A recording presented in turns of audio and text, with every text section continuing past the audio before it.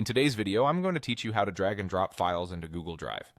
This is one of the fastest ways to get documents, photos, or videos from your computer into the cloud so you can access them anywhere. We'll keep it simple and make sure you understand what you're seeing on screen at each moment. First, sign in to Google Drive in your web browser. Open a new tab and go to the Google Drive website, then log in with your account. Once you're in, you'll land on your drive. This is your personal space in the cloud where your folders and files live.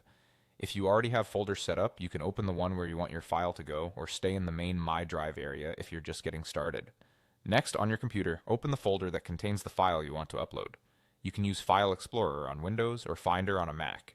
If it helps, resize your windows so you can see both your drive in the browser and your computer's folder at the same time. This makes the drag and drop action feel much smoother. Now click and hold the file you want to move. With your mouse or trackpad button held down, drag the file over to your Google Drive tab in the browser. If the Drive window isn't already front and center, hover over its tab to bring it forward, then move your cursor into the main area where you want the file to land. When you see the Drop Files Here message or the area highlight, release the mouse button. That's it, the upload begins right away. As the file uploads, you'll notice a small status indicator in the bottom corner of the Drive window. For larger files, give it a little time to finish. When the upload completes, the file will appear in your current drive location. If you dropped it into an open folder, it will live there. If you were in My Drive, it will show up right in that view. A few quick tips to make this even smoother.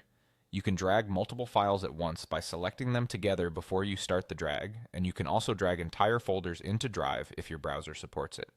If organization matters to you, open the destination folder in Drive first so everything lands exactly where you want it. And if your internet connection is slow, just let the browser tab stay open while the upload finishes. That's all it takes to drag and drop a file into Google Drive. Simple, quick, and reliable.